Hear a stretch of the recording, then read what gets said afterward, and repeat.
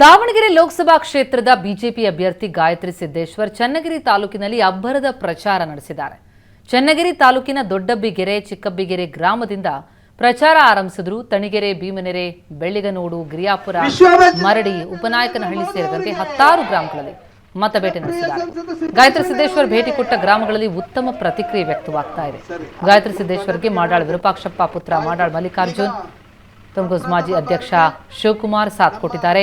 ಈ ಸಂದರ್ಭದಲ್ಲಿ ಮಾತನಾಡಿದ ಗಾಯತ್ರಿ ಸಿದ್ದೇಶ್ವರ್, ಗ್ರಾಮಗಳ ಸಬಲೀಕರಣಕ್ಕೆ, ಅಭ್ಯುದಯಕ್ಕೆ ಮೋದಿಯವರು 3ನೇ ಬಾರಿ ಪ್ರಧಾನಿಯಾಗಬೇಕಾಗಿದೆ.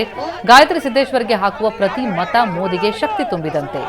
ಭೀಮನೆರೆ ಗ್ರಾಮಕ್ಕೂ ಕೇಂದ್ರ ಸರ್ಕಾರದ ಯೋಜನೆಗಳು ತಲುಪಿದ್ದು, ನಿಮ್ಮ ಅಮೂಲ್ಯ ಮತವನ್ನ ಬಿಜೆಪಿಗೆ ನೀಡಬೇಕು ಅಂತ ಮನವಿ ಮಾಡಿದ್ದಾರೆ.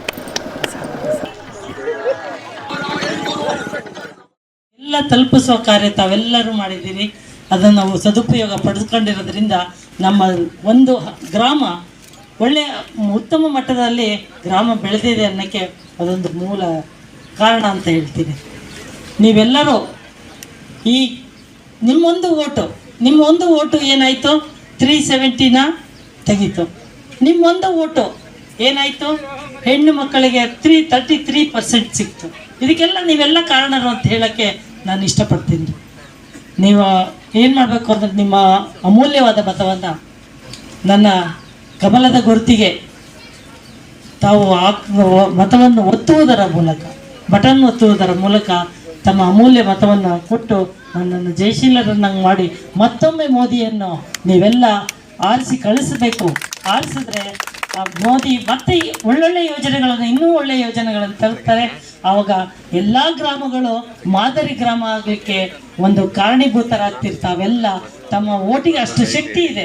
ಆದ್ದರಿಂದ ಆ ಓಟನ್ನು ಹಾಕಬೇಕಾದ್ರೆ ನೀವು ಯೋಚನೆ ಮಾಡಿ ಯಾವ ನಾಯಕರಿಗೆ ಹಾಕಬೇಕು. ಶಕ್ತಿಗಾಗಿ ಹೋರಾಡುತ್ತಿರೋರು ಒಂದು ಕಡೆ ನಮ್ಮ ಮೋದಿಜಿ ಆದರೆ, ಶಕ್ತಿಯ ವಿರುದ್ಧವಾಗಿ ಹೋರಾಡೋ ಇನ್ನೊಬ್ಬ ವಿರುದ್ಧ ನಾಯಕ ಒಬ್ಬ ಇದ್ದಾನೆ.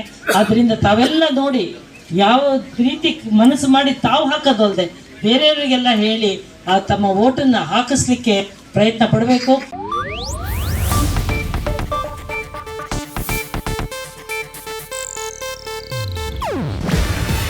ಇದು ಏಷ್ಯಾನೆಟ್ ನ್ಯೂಸ್ ನೆಟ್ವರ್ಕ್ ಪ್ರಸ್ತುತಿ. ನೀವು ನೋಡ್ತಿದ್ದೀರಾ ಏಷ್ಯಾನೆಟ್ ಸುವರ್ಣ ನ್ಯೂಸ್.